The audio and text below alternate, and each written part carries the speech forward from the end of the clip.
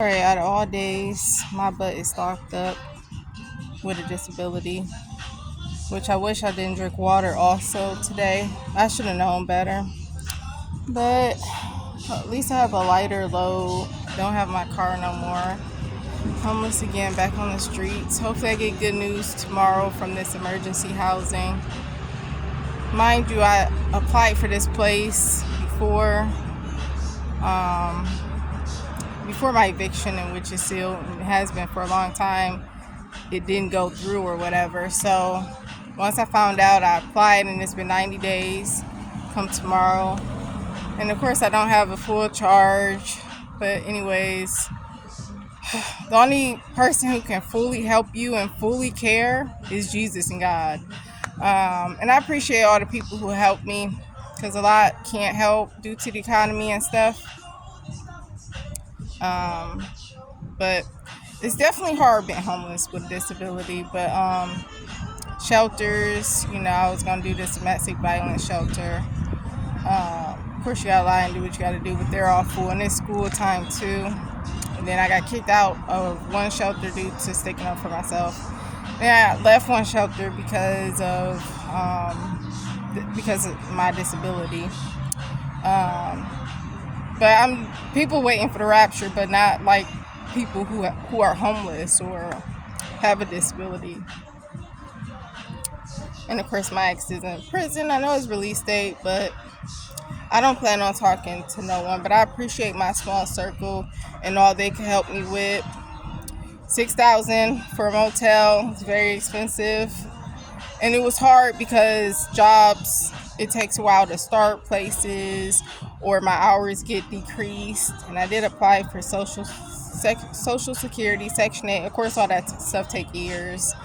And I think the hardest thing is knowing that people can have Social Security with just a mental illness but can work, or like people who act like they can't work and can work. Whereas people like me who literally struggle to work, but at least we try. So my plan is to do what I did before, like living on the streets. You got apartment buildings, but I'll try not to lay on the ground, of course. And this motel that I was in made my whole chest hurt because the bed was hard, cold water, little bugs, but I got it under control because of the Irish dish soap, and it wasn't roaches, so that was a good thing. But Irish dish soap helps with mice and roaches or all pests. I was going to pick up shifts, and I was trying to get in places where it was weekly pay. Contracts ended, without letting me know, and then I couldn't work my last week for my disability. So I've been screwed over by jobs, without being paid. I had to start over again because of not being paid. One time at this cleaning company, it was like 2 weeks, and I go for weekly jobs because of motels. If I wasn't in a situation, anybody would do a bi-weekly job.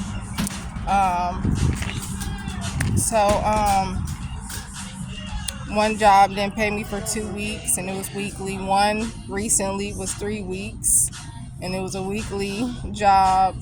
And I'm thankful for all the Catholic churches that helped me. It was one more that only helped me once, whereas the other ones helped me more than once. And they said we can't help with motel rent, only apartments, and utilities. Mind you, this was going to be like the last time I needed help. Of course, I always need help because one job took like literally 2 weeks to start. And then the other job decreased my hours. So I was trying to do like security, which there's 2 to 3 hiring, interviews booked, but it's pointless now because it's going to be hard to work unless I'm around this, my car hack, I got to get back going. My food stamp going back again. They was like, how much is in your bank account? Like, all my money went to motels, like $6,000. What money? But I was too late submitting it, so I had to put in the appeal. So anyways, a lot of people don't know how much we are waiting for the rapture. And none of this stuff matters. like sex, materialistic things. None of this stuff matters, and that's all what matters in money. It's not people heart, their safety, their well-being. None of that stuff matters. All the bad stuff matters, and not what's important on this earth. But these ain't even cries of like sadness. This is like, I'm gonna keep going, because if it wasn't for God, just like when I was cross-eyed from 6 to 13, had to wait for 13 to get surgery, I would have committed suicide. I heard God's voice say no. And then when I got to fixing the trust stuff in my body to fix my disability of overactive bladder with bladder pills and bladder Botox, I was crying in the shower. I was housed at this time frame. I lost everything due to helping the wrong people. My car, my place. Not listening to my elders, so I hold myself accountable. But even when I get back on my feet, I don't even want to talk no more. Like even to my small circle or just in general, because the experience is wild if you have a disability on top of being homeless. And it's been a year and a half. And anyways, in the shower, he said, "This too shall pass." Which that's the only thing I think is the rapture. Excuse me, my skin. I've been knowing not to pick with my skin because I get skin patches. But when you're so stressed out, you don't smoke, you don't drink. You're literally a virgin. And someone inboxed me on Instagram, because I'm not into none of the social media stuff, Facebook, nothing. I got back on Facebook after 5 years due to my homelessness, and then got back off of it. The only reason why I posted on Instagram is because anything is possible, but your chances are really low trying to get your books out there. It's just people who try to get their music out there. And a lot of people have connections and money, so those are important. But anyways, I'm not gonna waste my battery. I'm gonna, of course, have to go somewhere side of town, like how I was doing before. I know I got caught at the laundromat, apartment floors, but I won't show be obvious, because I used to lay literally on the floor and get caught and stuff. And then on certain side of towns, places open longer, like McDonald's and stuff, versus downtown city-wise, or on certain sides of the town that don't be open late. So anyways, I'm hoping for good news tomorrow. It's just an update, but hopefully they have something available. And if not, this side of town do have a janitorial job, and they're not hiring right now, but they always kind of do every here and there.